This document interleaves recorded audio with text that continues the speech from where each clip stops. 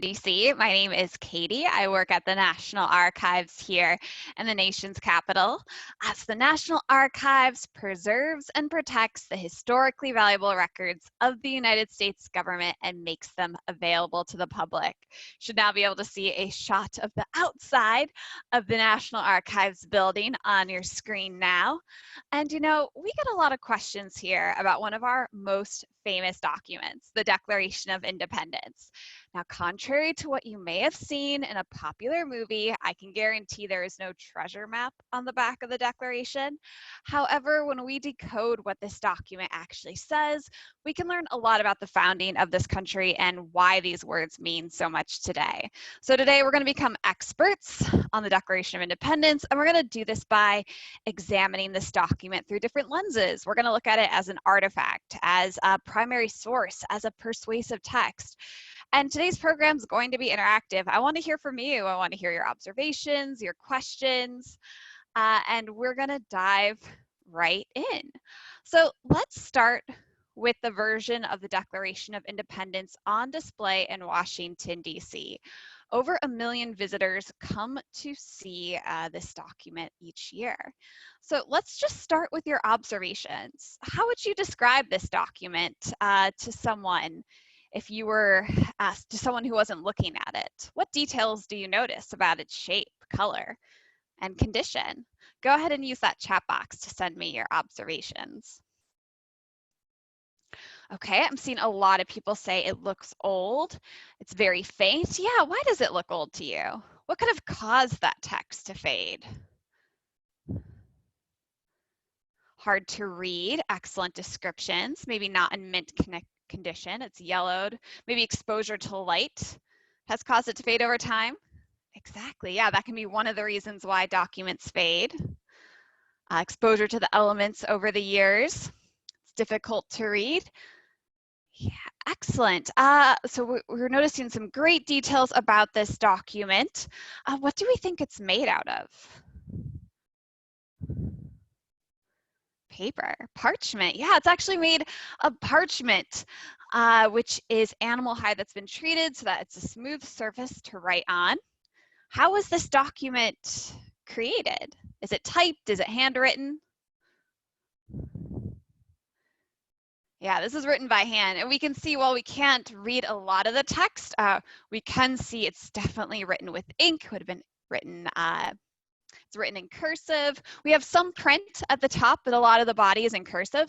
Now, while we can't make out a lot of details when we're just looking at this version of the document, we still can pick out some clues that tell us when it's from, who created it. So let's zoom in and see if we can find any of those details. Can we find any dates? Can we find any information about what this document is about?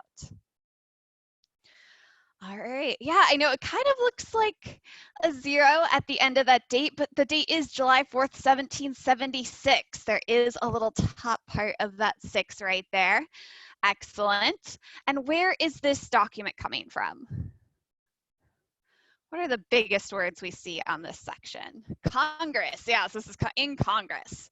July 4th, 1776 tells us who's creating this. Some of us are making that connection to the Continental Congress. Seeing those words, we've got the 13 United States of America. So even though we can't read the full text yet, we can start to get at some of the details about where this document came from. Then someone noticed too at the bottom, we have the signatures. Here is a zoomed in look at some of those signatures, a bit faded over time, but we can still see them there. Excellent work. So this document is known as the engrossed Declaration of Independence. Engrossed means to write out in a fine, clear hand. This is the version that is on display in the rotunda of the National Archives. Now, just looking at the space, how would you describe this space? What adjectives come to mind? Cool, regal, grand. Yeah, what are some of the things we see that tell us that this is a grand space, that this is a special space? The marble, the columns, absolutely. We've got the dome you can start to see at the top. There are paintings. Looks quiet, right? There aren't a lot of people, but it's secure. If you were to walk into the space, you would know that this document is important. It's right underneath this painting of the signers of the Declaration of Independence. There's a close-up of its case. You'd be able to tell that this is a special document. However, when we zoom in, it's hard to know if this was your first time seeing this document, just why it was so important. The architecture gives us a clue that it's important, but we can't necessarily read from this faded text. It's a little bit difficult to learn what this text is all about. This is where museum labels can come in handy at museums. But we're going to take a look at another version of the Declaration that will help give us some information into what this document is all about. And I know some of you already have some information about why this document is so important from your previous studies, which is awesome. I'll also point out too, in that lower left-hand corner, one interesting detail about this engrossed version is that there is someone's handprint. So if you look really closely, you can see this handprint in the lower left-hand corner. We're not exactly sure whose handprint that is. Maybe it happened when it was being moved around or when they were making a copy of it at some point, but you can check out that handprint right there. And you're right there in the center, that is John Hancock's signature, one of the most famous signatures on this document. We'll dive into a moment who he was and why his signature was so big in just a moment. Okay, so next we're going to take a look at the this version of the Declaration of Independence. So we're going to answer these questions in a moment, but first just tell me what details you notice about this version. How would you describe it? How was it made? How is this version different from the version we just looked at? Okay, we've got a typeface. It's paper. It's more pristine. It's easier to read. We can start to see it's not faded. Okay, some people are thinking maybe it was made on a printing press. Absolutely. So this is before things were typed on a printer or on a typewriter even. This would have been made on a printing press where each letter had to be placed individually. You'd use pressure to make copies, but it does make for a clearer version. Other people notice it's not in cursive. It's a little bit easier to read. Still some signs of aging, maybe some folds or some creases. All right, if we call this version number 2 and the engrossed version, version number 1, which version do you think is older? This version, number 2, or the version we looked at first, number 1?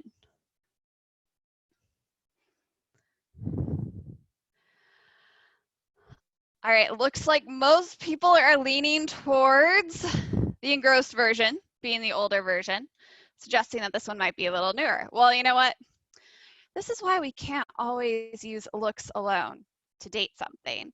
This version was actually printed on the night of July 4th, 1776, and then sent out. The copies were sent out across the colonies to be read the next day. The engrossed version was Congress gave instructions for it to be created a few weeks later, and that's actually signed August 2nd. The Declaration of Independence wasn't actually signed on July 4th. July 4th is the day the language is approved, but it's not actually signed until August 2nd, or by some people, a few days later. So this engrossed version is actually a few weeks, or the printed version, this typeface version, is actually a few weeks older than this engrossed version. A good reminder that sometimes when we're dating things, we need to pull in some additional sources, check some additional information. Just like when you see a black and white photograph, you can't necessarily assume it's old. It could just have a black and white filter. Okay, well, next we're going to examine the text of the Declaration of Independence, just like a historian, or you all may have looked at primary sources. But first, what are some questions you might ask when you're looking at a primary source for the first time? Where is it from? When was it made? Who wrote it? Exactly, these are great questions.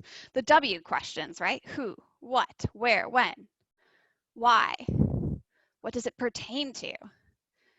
Right, I can tell we have a lot of people are experts or have analyzed some primary sources before. This is great. So let's dive into some of these questions. What details can we find on this version? And don't worry about the text, that's a little small. Focus on the text you can see, the larger pieces. Can we find any information about who wrote it on this document? We've already talked a little bit about this question. So say John Hancock. Yes, we've got John Hancock, the president of the Continental Congress, right? This group of different representatives from the colonies who are meeting at this time. That's why John Hancock's signature is the biggest on the Declaration. He signed it first as president of the Continental Congress to send a message. We also see Congress. Yes, this is coming from Congress by these representatives of the United States of America. So this isn't just John Hancock's personal message. This is a message coming from this group who are working together by the representatives of the United States of America. Exactly. You know what? Thomas Jefferson, nice activation of prior knowledge. We can't actually find his name on the Declaration, but we do know from other documents, and we'll look into this a little bit later, that he took the lead in drafting the Declaration. Some person knows Charles Thompson, the secretary, signing off as like a second signature on this document. Great. So we already figured out the date, July 4th, 1776. That's fantastic. We can zoom in, see some of those names a little clearer here. Let's think about some of these other questions. We've got the when. Where is it from? Can anyone find any clues on this document about where it's from? And I'm actually going to go back to the other page here because there is a clue that gives us a little bit more specific information about where this document was made. Nice. So we've got broadly the United States of America. But if you zoom in on that bottom, we can see Philadelphia, printed by John Dunlap. This is why it's known as the Dunlap broadside. John Dunlap was the printer. Absolutely. Okay, so we've got our where. What is it talking about? What's the big idea? Oh, a lot of people are making the connection to we the people. You know what? We the people are the first lines of another very important document, the National Archives, the United States Constitution. That document's going to come a little bit later.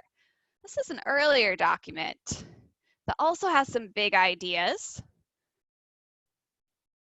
that I see some of us are saying. It's coming in. Yes, it's about American independence. It's about the colonies deciding that it is now time to officially separate from the king, from the British. It's the Declaration of Independence. Independence is the big idea. It's why was it written? Well, we're going to dive into that too. But if we zoom in on this part, we can start to see that messaging come through. That the United Colonies are and ought to be free and independent states. Those words are even bigger. They're now going to be their own country, right? So this is an announcement of this new American independence. All right, now sometimes it's helpful when we're analyzing a primary source to pull in some background information, right? Some additional contextual information to understand the times in which the source was created. So I'm going to provide some of that information to you all now.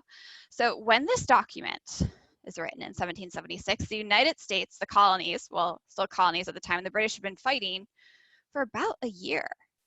And it was beginning, there's more pressure to actually officially separate from Great Britain. So over the summer of 1776, we have some stepping stone documents. On June 7th, Richard Henry Lee in the Continental Congress formally proposes independence, resolved that the United States are and of right ought to be free and independent states. On June 11th, the Second Continental Congress appoints a committee of 5 to draft a Declaration of Independence. We can see that from this journal. Resolved that the committee to prepare this declaration should include 5 members, among those Thomas Jefferson, excellent, you all got that one. John Adams is also in this committee, Mr. Franklin, Benjamin Franklin, Roger Sherman, and Mr. Livingston. So we have 5 people who are appointed to this committee of 5 to draft a declaration, but as we know, Thomas Jefferson takes the lead. He gets some help from, we know, Adams and Franklin, and then he presents his draft to Congress. Congress, of course, has to approve this language. They do some editing, but it starts here with this committee of 5. Here we can see an illustration of this committee of 5 from later years.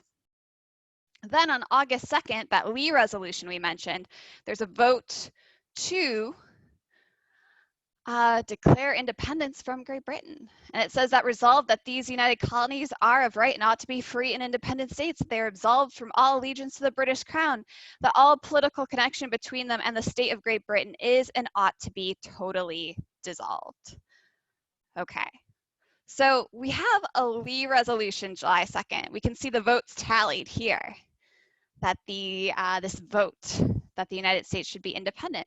So if this is happening on July 2nd, why do we need a Declaration of Independence?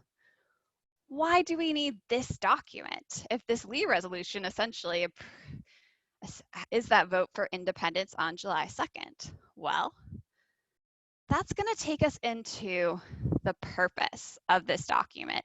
It's not just an announcement it's not just an announcement of independence. It's going to try to persuade people to support American independence, to raise support for an independent United States. Who might the audience be for this document? Who might Congress want to get on board to support the idea of an independent United States? Yeah, people in the colonies, the soldiers. You're going to want people to continue to fight the British. You need to inspire people to fight for this cause. There are people in the colonies at this time who still think, oh, it's not time yet to declare independence. This is still too risky of a step. We're not sure that it's time. You need to make the case to persuade people that that's the case. People might be neutral. You might try to convince the British, but that's definitely going to be a little bit difficult. Are there any other countries that might be helpful to get support from in this time? Yeah, allies. If you're starting out as a new country fighting one of the most powerful countries in the world, it's going to be helpful for allies to make the case that yes, independence is right, that you are not making this decision rashly. It's justified. So knowing this declaration is not just written as an announcement, it's written to persuade people, to help make the case for American independence. Yeah, pulling some of those ideas from other documents, right? There have been other documents that have come before this, but we still need to get people on board with an American independence. So when we look at a argument or a persuasive text, there are some things we want to think about. We want to think about how the argument is made. We want to think about the support that's used by the author. We want to think, is that evidence strong? Is it believable? We also want to think about word choice. We want to think about how the argument is being made. What words are being used to persuade people? What point of view can we find? So now we're going to look at this text, like a persuasive text, and evaluate this argument. So if we dive in to one of the opening paragraphs, we can see this argument take form. First, we're making the case for independence, saying that we hold these truths to be self-evident, that all men are created equal, that we are endowed these rights, life, liberty, and the pursuit or happiness. I know that's a good point I'm seeing from our colonists. You know what?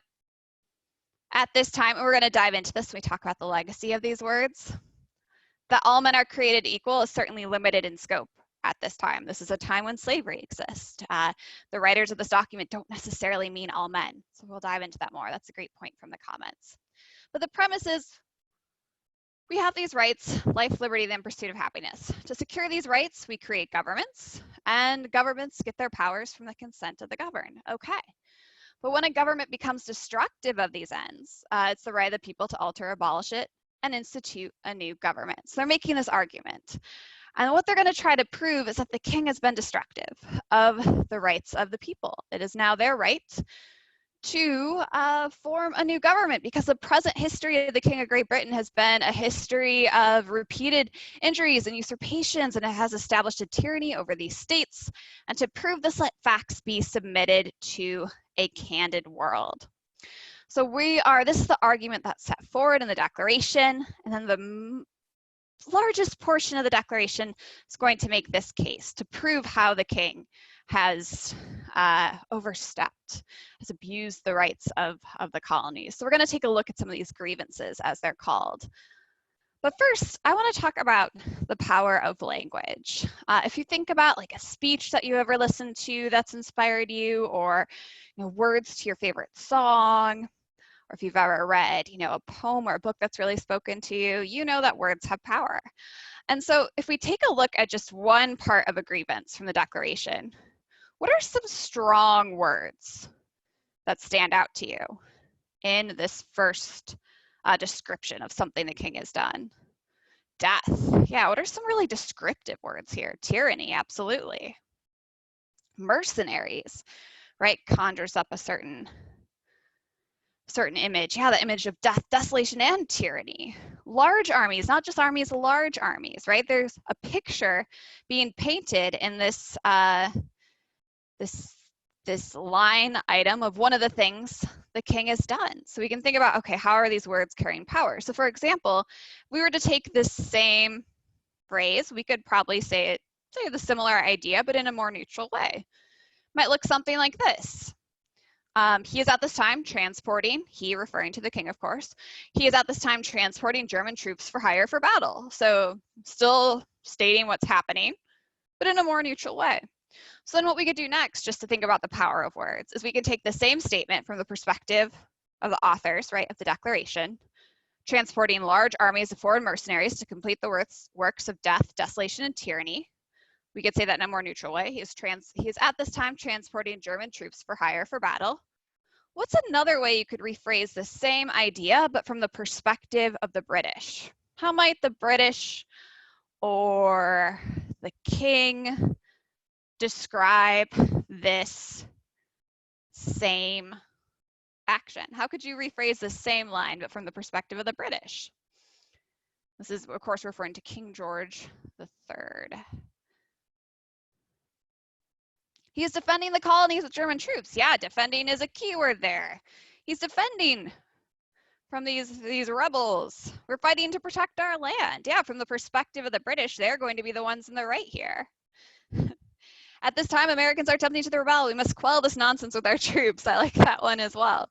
So you can see just by changing the words, we can still illustrate the same idea, but from 3 different perspectives. He's transporting professional soldiers to support British troops, maintaining order in his disobedient colonies. So that's what we're looking for when we're going to look at some of these grievances. Let's think about, okay, what words are they using in the Declaration to try to persuade people, to fire people up, because that's a part of this document, stories. So there are excellent versions coming in through the chat of different ways you might be able to reframe the same sentiment. But let's look at some more examples together, these facts that are submitted to a candid world, as the Declaration says.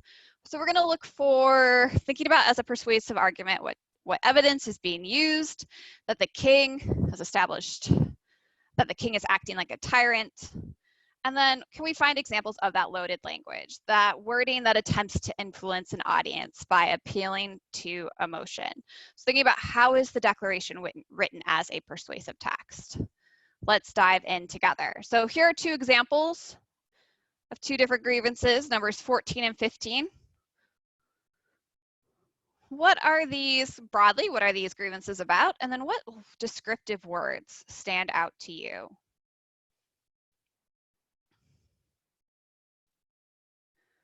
So take a moment, think about the evidence that's being presented, and what words are standing out. Okay, thinking about descriptive words. Absolutely. So these 2 grievances are largely about British troops. The complaint is that large bodies of armed troops are being quartered or housed among the colonists. Not only that, but the king is protecting them by a mock or fake trial from punishment for any murders they should commit on the inhabitants of these states. So y'all did a great job of identifying some of these words. So it's not just a trial, it's a mock trial, a fake trial. It's a large body of armed troops, murders. Excellent job finding these key words. So 2 of these grievances, how these making the case that the king is acting like a tyrant, and then how we're describing what the king has done using that descriptive language. Excellent. Let's take a look at a couple more.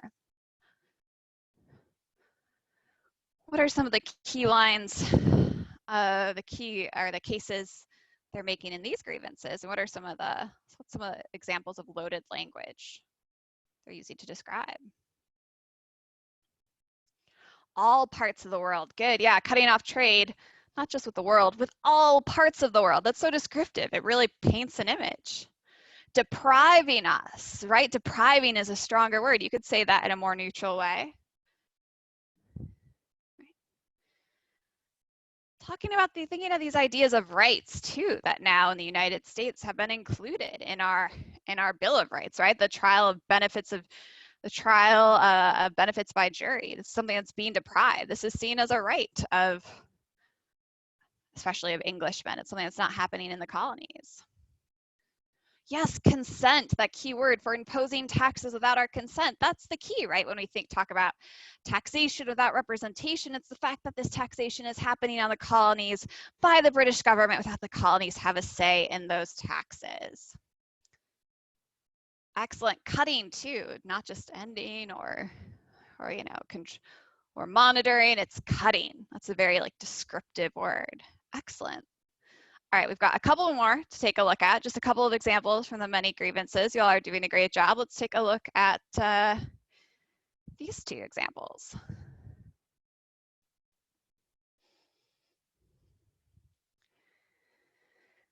Whew, all right, take a moment, let some of these come in. Yeah, we've got some very descriptive words.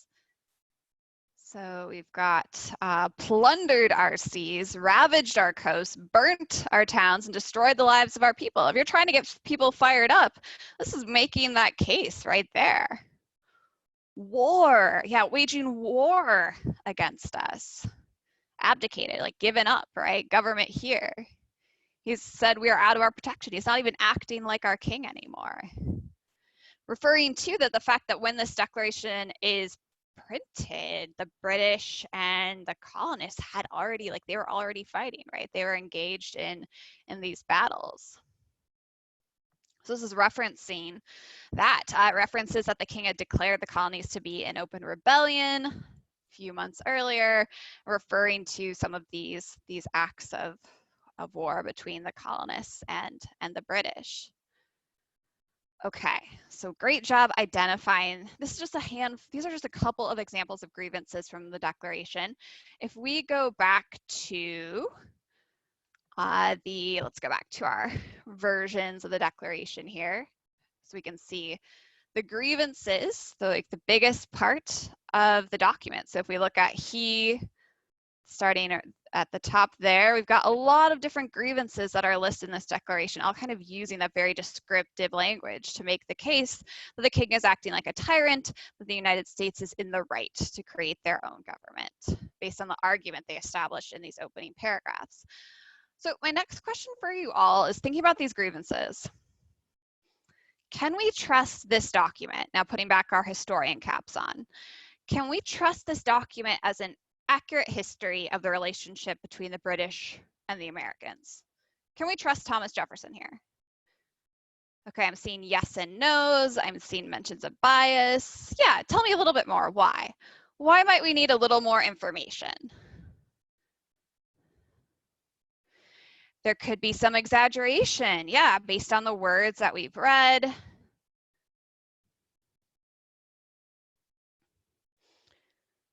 It's written from one perspective.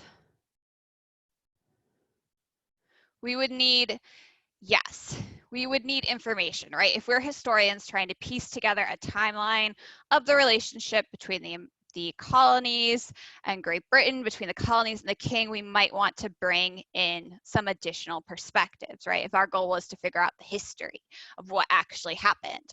That's why thinking about the purpose of a document is so important. This isn't just an announcement, right? It's this persuasive text trying to get people fired up. This document was really meant to be read out loud as they sent copies out across the colonies. It was read out loud to militia, it was read to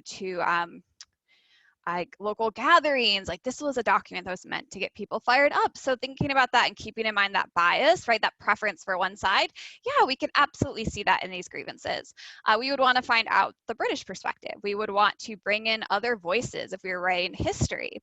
But it does capture This sentiment, though, right, at the time that we can feel in Congress, since they're approving these words, this sentiment of not everyone in the colonies, but certainly the group that thought it's time now to declare independence. We can capture that, see a recording of that fire, that anger in these words as well. So excellent job. You all are great historians. But yeah, if we wanted to, if we're as studying this time, we'd want to see how the British received this. We'd want to think about all these other things y'all are sending in your chats, right? To find out more information about like if these things they're actually mentioning, if these instances actually happened, if they're exaggerating any of these references to things that have happened between the British, these incidents between the British and the United States.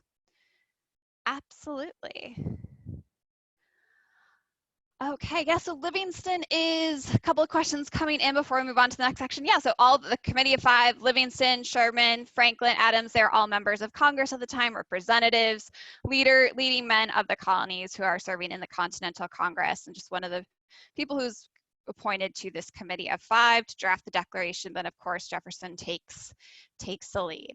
So the words are so powerful, right? This Declaration has stuck with us, so much so that we now celebrate the 4th of July on July 4th. We don't celebrate July 2nd, the day when the Lee resolution was approved. We celebrate July 4th.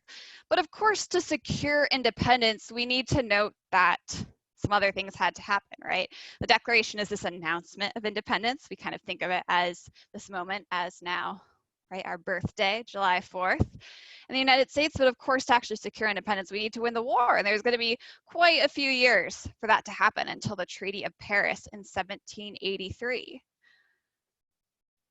But why does this document mean so much to us today? We don't necessarily think about the grievances as often as we do of some of those words we saw in the opening argument, but I want to hear from you all. What do you think? Why does this document mean so much to us now?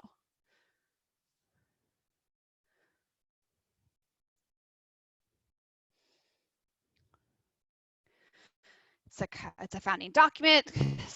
Thinks of us our celebration of our national identity. Kind of kick-started some of that energy. It's a document that has that announcement. It helps us get our independence. Absolutely, yeah. So these are some great ideas. I want us to think about too. We're going to go back to some of the language in that document as well, because really, if we think about situating this document in time, fighting had already started between the British and the United States in 1775, 1776, when we officially declare we're going to be our own country. And then the actual Treaty of Paris, that's the day the British and the Americans signed a treaty in Paris, hence the name, where they recognized the United States as an independent country. So that's the official end of the war. And in the eyes of the British now, the recognition of the United States as the state United States. But July 4th is the date on this declaration, and it's the date we celebrate. I think tagging into some of the ideas you all said, and thinking also about like the language of this document, thinking about like what words really stand out to us today. And we mentioned this earlier. In its time, there's stark contradictions between the idea that we see in the opening of the Declaration that all men are created equal and the realities of slavery, the realities of limited rights for others in the colonies and around the world, for women, for Native Americans. However, there's a universal quality to these words that has allowed them to be used over and over again in the fight for equal rights throughout our history. These words have inspired countless battles for civil rights and have been, you can see them like echo on through documents in the archives and other places. That's another reason why I think these words, or why this document means so much today too, is just the inspiration, the potential for inspiration in it. All right. Yeah, absolutely. So there are so many different other examples, right, throughout history. It's an ongoing process to realize the ideas in that declaration, but there is that inspirational quality to them that we can trace back to this document. So I'm going to pause here, see if there are any questions about the Declaration of Independence before we wrap up today. Or the National Archives. We'll pause here and see if you all have any additional questions. Okay. Yes, actually, Thomas Jefferson, I see a question about, wasn't there going to be a mention of slavery in the original document? Yeah, in one of Jefferson's drafts, you can see a grievance where he kind of blames the slave trade on King George, but even at that time, there's still a lot of disagreements about the issue of slavery, and the Continental Congress is ultimately cut in the final version of the Declaration that was approved by Congress. That's a great point. Let's see some of the other questions. So there's no map on the back of the Declaration of Independence. On the National Archives website, we do have a picture. There are some scans available of the back of the Declaration. No treasure maps or anything like that. There is a note on the Declaration that just says what it is in case the parchment was ever rolled up. But I can tell you, we've had experts look at this document many a time. No secret maps or anything like that. Okay, let's see. We've got some other great questions coming in. 56 people signed the Declaration of Independence. So almost all of Congress. There are 3 people, I believe, who did not sign it. They still didn't think it was time to separate from Great Britain. They still weren't convinced of independence. But overall, most of those present in the Continental Congress did sign the Declaration, and they signed it August 2nd. Some people signed it a few weeks later. So they actually did not sign it on July 4th. July 4th is when it's approved by Congress and the language is approved. They do a vote on the language. That's why we celebrate July 4th. It's sent to the printer, John Dunlap, that night, but it's not signed. That engrossed version we saw, the first document we looked at, isn't signed until about a month later.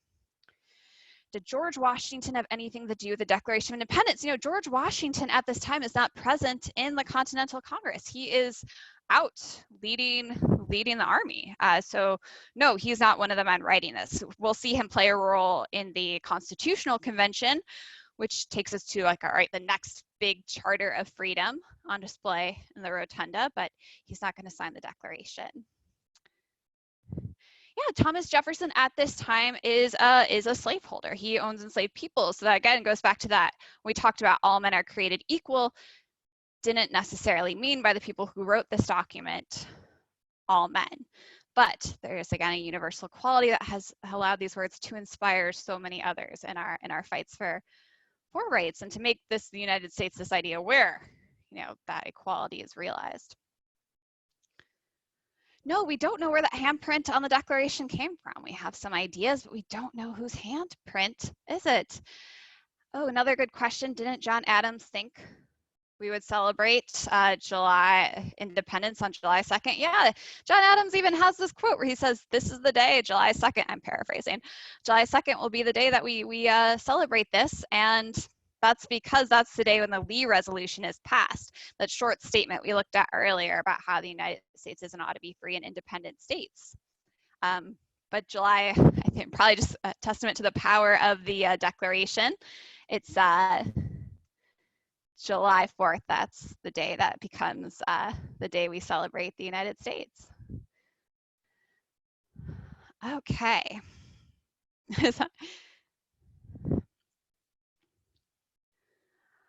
So I'm going to go through a couple more of your questions before we wrap up today. Let me drop down to new messages. I love all these questions. Hamilton, also not a member of the Continental Congress, so Alexander Hamilton will play a role in the debates writing the Constitution, but does not write or vote on the Declaration. Who did they, let's see. John Adams is on the Committee of Five. I think we know it was just I'm not sure exactly the conversations that happened amongst them, but it was decided Thomas Jefferson would take the lead. Thomas Jefferson's known and for, you know, as being a excellent writer at this time, takes the lead, but does certainly get feedback from ultimately from Congress when they're writing the Declaration.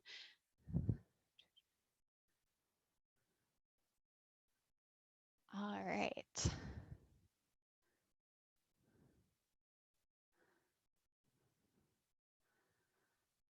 How long did it take for it to write it? Well, the Committee of Five is appointed in mid-June, and of course Jefferson is also pulling ideas too. There are other like documents for inspiration, but then drafts the document.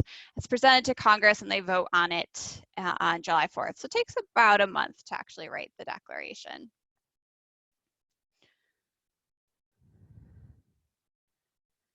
Absolutely. All right, these are awesome questions, y'all. Sorry, there's so many questions coming in. Apologies if I miss any of them. Yes, the original copy, we can go back to I'll share my screen again. We can go back to that photo of the rotunda to take a look at the Declaration in all of its glory. So it's on display in the National Archives. This is the original, this is the engrossed version signed by all of those men back in 1776. Let me go ahead and share my screen again. Take a look at the rotunda too, just to take a look at this space again. So yeah, just to recap, this is the rotunda in the National Archives in Washington, D.C. So when the building is open, it's open to visitors, and then the Declaration is the case over on the left. So that's the engrossed version that we started with today. And then, of course, in the center, those 4 pages there, that's the Constitution of the United States. And over on the right-hand side is the Bill of Rights. This is these are known as the Charters of Freedom, our founding documents on display. Now, in addition to these Charters of Freedom at the National Archives, we preserve and protect, I mentioned this at the beginning, the historically valuable records of the United States government. So in addition to these 3 documents, we have over 16 billion other documents. So not just handwritten documents, we've got photographs, audio recordings, video recordings, documents created by or collected by the government in the course of business. We have lots of documents where you can see the voices of the people through petitions, and the letters to elected officials. We have other acts of Congress. We have the work of the Supreme Court. We've got different documents created by different government agencies throughout our history. And these are, some of them are on display in exhibits. Some of them are in storage space known as stacks, where archivists can provide access by finding documents for researchers who come to the National Archives to do research. We're digitizing documents all the time. We have millions of digitized documents available on our online catalog, and we actually have 44 facilities across the country, including presidential libraries. So there's a lot of stuff at the National Archives. Oh, that's a good question. How would you access these documents? Yeah, a great place to access and to learn more about the documents I've talked about today is archives. Visit our website, archives.gov. And on this website, you can find access to our online catalog. You can learn more about the Declaration of Independence and the Charters of Freedom, and dive in. It can be really fun. If you are a fan of history, the National Archives is a great place to learn more. Okay, let's see. Someone mentioned, a couple interesting questions coming in. Is it a coincidence that Jefferson and Adams died on July 4th? You know, that is probably one of the most interesting historical coincidences, but I think that's a good word for it from that question. Okay, let's see. How would you get access to these documents? Visit our website, archives.gov. That's a great place to get access now because so much is digitized and available for you to browse. We've got lots of really interesting documents for you to look at. Let's see. Yes, and that is the original Declaration in the rotunda. That's the one signed by John Hancock. By Thomas Jefferson, by those 56 men. That is the original right there.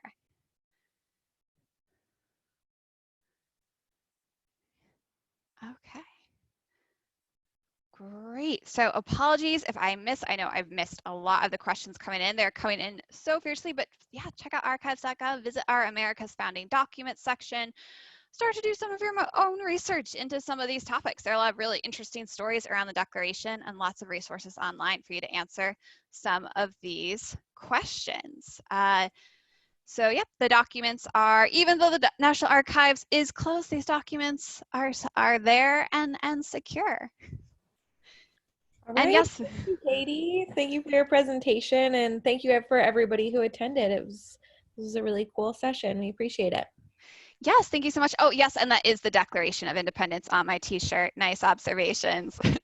Thanks so much, everyone, for participating. You all did such a great job and asked such great questions, had such great observations about these documents. So thanks again for the opportunity to connect with you all. This was a great part of my afternoon, so thank you. All right. Have a great day, everybody.